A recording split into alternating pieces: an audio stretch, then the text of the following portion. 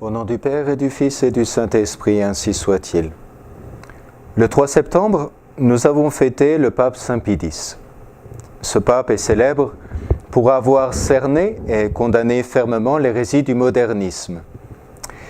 Il est aussi célèbre pour avoir remis en vigueur la communion des enfants dès l'âge de raison. Et aujourd'hui, je vous rappellerai l'enseignement de Saint Pie X au sujet de la première confession et première communion des enfants, enseignement qui se trouve dans son décret Quam Singulari de 1910. Dans l'Évangile, nous voyons que notre Seigneur avait un amour de prédilection pour les petits-enfants. Il les embrassait et les bénissait. Il s'indignait contre ceux qui les repoussaient.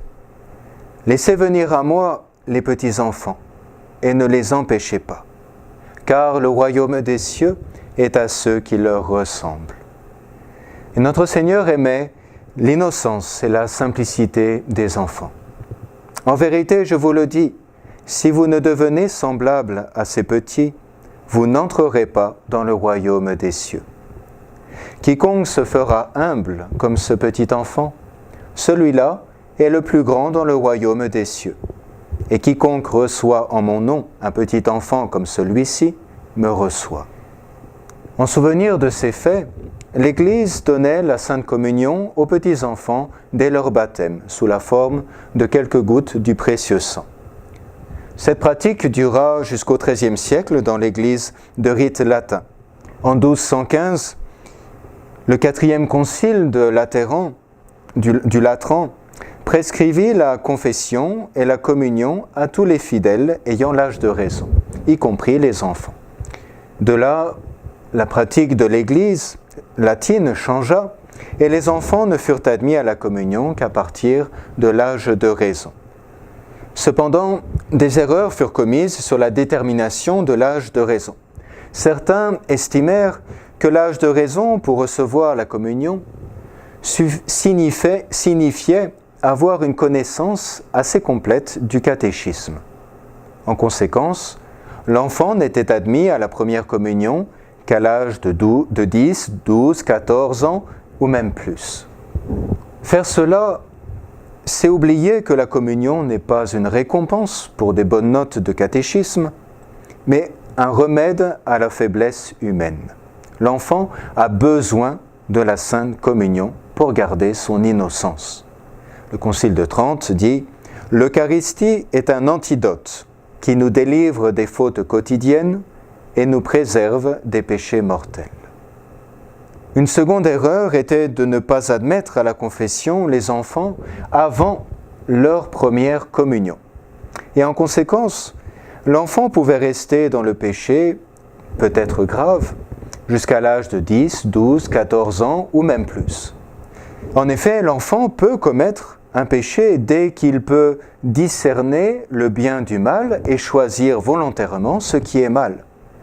Si l'enfant a suffisamment de discernement pour commettre un péché, alors il peut aussi s'en repentir et recevoir le pardon de Dieu par le sacrement de pénitence. Le pape Saint Pie X, en s'appuyant sur l'enseignement de la Bible et des papes qui l'avaient précédé, a résumé les règles à suivre pour admettre les enfants à la communion et à la confession. Il dit ceci: l'âge de discrétion, aussi bien pour la communion que pour la confession, est celui où l'enfant commence à raisonner, c'est-à-dire vers 7 ans, soit au-dessus, soit même au-dessous. Dès ce moment, commence l'obligation de satisfaire au double précepte de la confession et de la communion.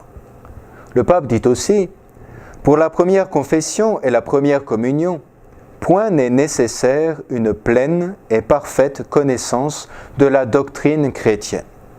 L'enfant devra cependant ensuite continuer à apprendre graduellement le catéchisme entier, suivant la capacité de son intelligence.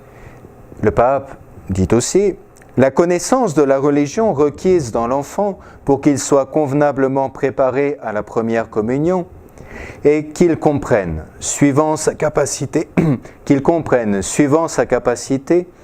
les mystères de la foi qui sont absolument nécessaires comme moyen au salut, et qu'il sache distinguer le pain eucharistique du pain ordinaire et corporel, afin de s'approcher de la Sainte Table avec la dévotion que comporte son âge. Avant de conclure ce sermon, que les parents et catéchistes surtout gardent en mémoire ce qui suit. Saint Pidis dit « L'obligation du précepte de la confession et de la communion qui touche l'enfant retombe sur ceux-là, surtout qui sont chargés de lui, c'est-à-dire les parents, le confesseur, les instituteurs et le curé. » Le catéchisme romain indique « L'âge auquel on doit donner la communion aux enfants, personne n'est plus à même de le fixer que le père de famille et le prêtre à qui les enfants confessent leurs péchés. C'est à eux qu'il appartient d'examiner, en interrogeant les enfants, s'ils ont suffisamment connaissance de cet admirable sacrement et s'ils en ont le désir. » Et enfin, Saint Pidis avertit, ceux qui ont charge des enfants doivent mettre tous leurs soins à les faire approcher très fréquemment de la Sainte Table après leur première communion. Et si c'est possible, même tous les jours, comme le désire le Christ Jésus et notre Mère, la Sainte Église. Qu'on veille à ce qu'ils le fassent avec la dévotion que comporte leur âge. Que ceux qui ont cette charge se rappellent aussi le très grave devoir qui leur incombe de veiller à ce que ces enfants assistent aux leçons de catéchisme, sinon qu'ils pourvoient autrement à leur instruction religieuse.